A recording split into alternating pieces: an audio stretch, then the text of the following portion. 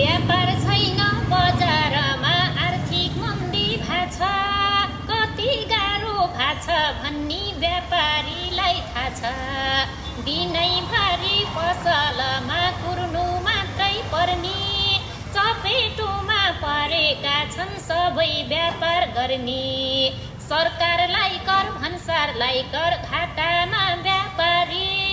यस्तो चालले अर्थतन्त्र फस्टाओस् कसरी महिनै पछि सटर भाडा ब्याङ्कको किस्तातिर लगानी नै नउड्दा चाहिँ व्यापारीलाई पिर सुन भित्रिनी मेरो देशमा व्यापार गर्न गाह्रो भन्सारको दुःखले नि व्यापारीलाई मारो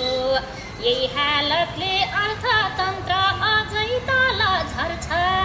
सरकारले नि व्यापारीको पीडा बुझ्नु पर्छ